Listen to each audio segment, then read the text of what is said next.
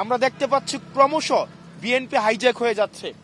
আমরা শুরু থেকে বলেছিলাম শহীদ জিয়ার যেই আদর্শিক যে বিএনপি, এই বিএনপি থেকে ক্রমশ বিএনপি সরে যাচ্ছে এবং বিএনপি কাদের দ্বারা এবং কিভাবে হাইজ্যাক হয়ে যাচ্ছে তা আমরা আমাদের সামনে আমরা দেখতে পাচ্ছি। একই সাথে সাথে নির্বাচনকে সামনে রেখে প্রশাসনের যে নগ্ন ভূমিকা আমরা দেখতে পাচ্ছি তা আমাদেরকে বিগত 3টে ইলেকশনের কথা মনে করিয়ে দেয়।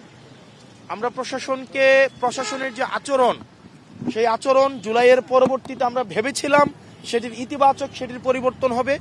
দুঃখজনক বিষয় হচ্ছে তাদের সে আচরণ, যে স্তাবকের যে আচরণ, একটি দলকে যেভাবে আনকন্ডিশনালি যেভাবে সাপোর্ট দিয়ে যাচ্ছে যে আচরণ, সেটি আমাদেরকে আহত করছে। এভাবে যদি চলতে থাকে তাহলে এই সরকারি অর্থ অপচয় করে এই নির্বাচনের কোনো প্রয়োজন নেই।